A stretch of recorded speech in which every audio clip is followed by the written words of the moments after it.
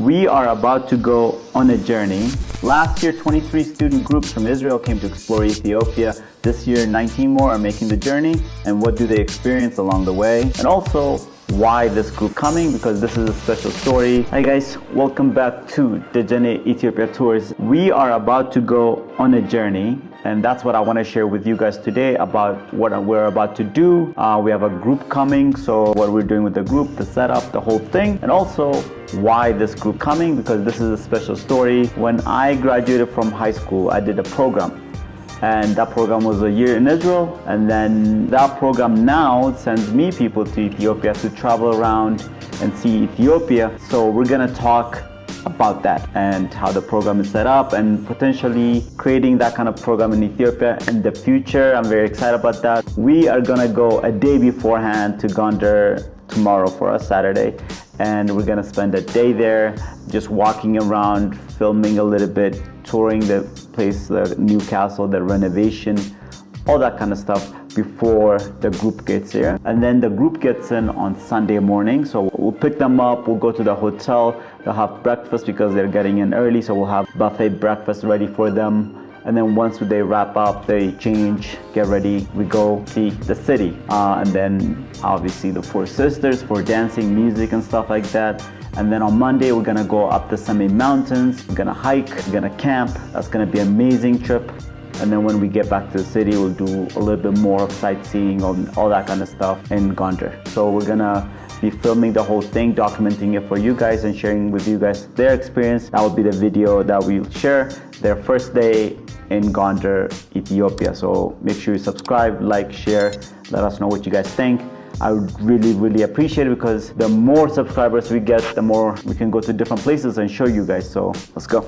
I want to tell you a story of why. So Israel has really done an amazing job of being able to connect its diaspora community in different places with Israel. So like, there's a program that I went on after high school. So for me, it was a year in Israel. To half of the year, I studied Judaic studies. So because I was curious about religion and how Judaism is like, the start of Christianity and Islam. And, I grew up in Ethiopia, obviously Orthodox. I was helped by the Mother Teresa's mission, which are Catholics. And then, my adopted dad is Jewish and all that. So I was very curious throughout my life. I'm still curious about that kind of stuff. So I took a year to go to Israel. But before that, the reason I'm saying like Israel has this amazing infrastructure is they have a program called March of the Living. So that's what I went on first. March of the Living is a program where it takes Jewish kids from all over the world, travel to Poland for a week and then Israel for a week. Why Poland?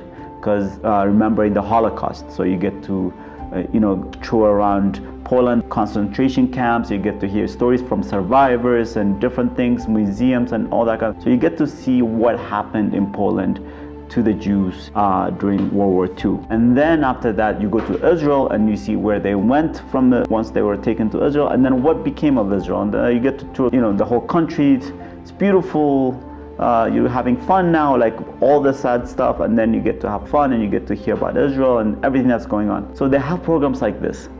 They have another one called Birthright, so where you get to spend like 2 weeks in Israel, and just because Birthright, so if your mother was Jewish or something like that, you get to go on that and you get to see Israel. And usually one of the amazing things about these programs, it's not like if you can afford it and stuff like a lot of the people will pay because they want to also help Israel, but also it's a way of, there's people who will donate for kids who can't afford it to go and experience this because they want a bigger connection with Israel. So that was been amazing. So what happened was I went on the March of the Living.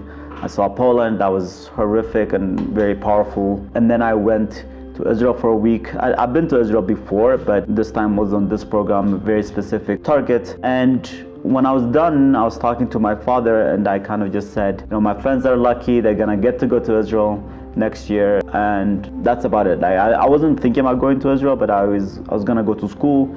It's a year after high school, so when you're done. And then he said to me like, if you want to go and if there's a program that we can afford, scholarship and stuff like that, you can go. And I never thought he would say that, so I never really thought I would take a gap here.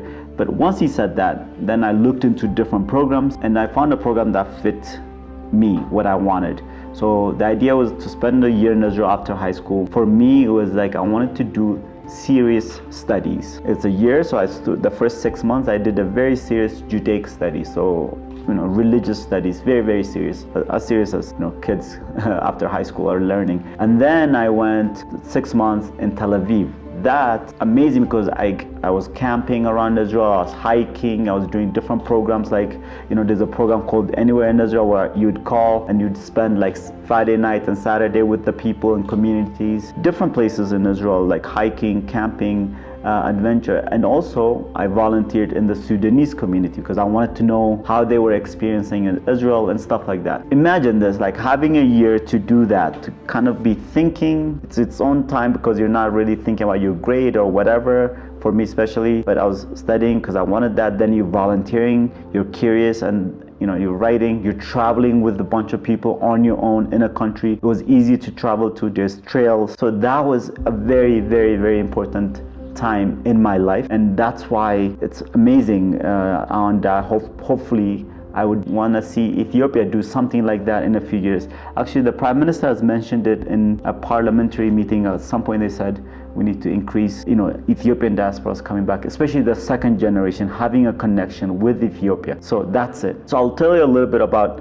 so once I moved, I went back to the US, went to school, dropped out, came back to Ethiopia, and once I started my travel stuff, back and forth travel and stuff like that, and tour and travel within Ethiopia, then I reconnected with the program because one of the things you do, a group of the kids, whoever can afford it, once you're in Israel for a year, every few weeks they have a program where you can go to a country for a week or two and travel around and come back. So they didn't have Ethiopia on their list, but they had Italy, China, India, and a bunch of other places. So I think they go to about 10 to 12 different places, and you can sign up to go to these countries. So I proposed this Ethiopia, and because I've been on the program and because they knew me, the owners were very, very, very generous and said yes, and they sent their first groups, and we've been doing that for a number of years now. So that group is coming to Ethiopia now, and Ethiopia, because there's a Jewish connection, obviously. Ethiopia and Judaism, Ethiopia and Israel have a long history, as you guys know, but it's an amazing thing to,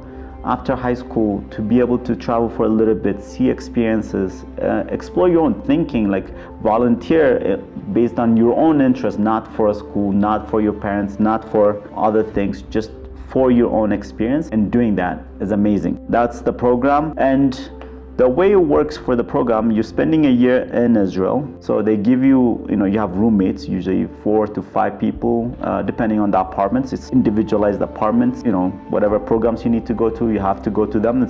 They check on you and stuff like that. They check on your place. But other than that, you're independent. So if we had that in Ethiopia, it would be amazing. You travel for a few weeks, then you spend time in Addis Ababa, either seeing the city, volunteering, or even working with the companies. They do that in Tel Aviv. You get to work with tech companies or this or that, whatever you're really interested in. They set it up so that you can experience that for a few months. So that's my thinking for Ethiopia, and hopefully one day we'll have that. Just come for the year and experience Ethiopia. That's one. Come for the summer and experience Ethiopia, like travel for 3 weeks or 4 weeks, however long you can, and then the other time volunteering or working in a company like in Addis Ababa. That would be an amazing experience for Ethiopia, and also for the Ethiopians out there. Let me know what you think about it. Let me know if you have any ideas on that kind of program in Ethiopia, and hopefully once we figure out a few things, we will have some kind of program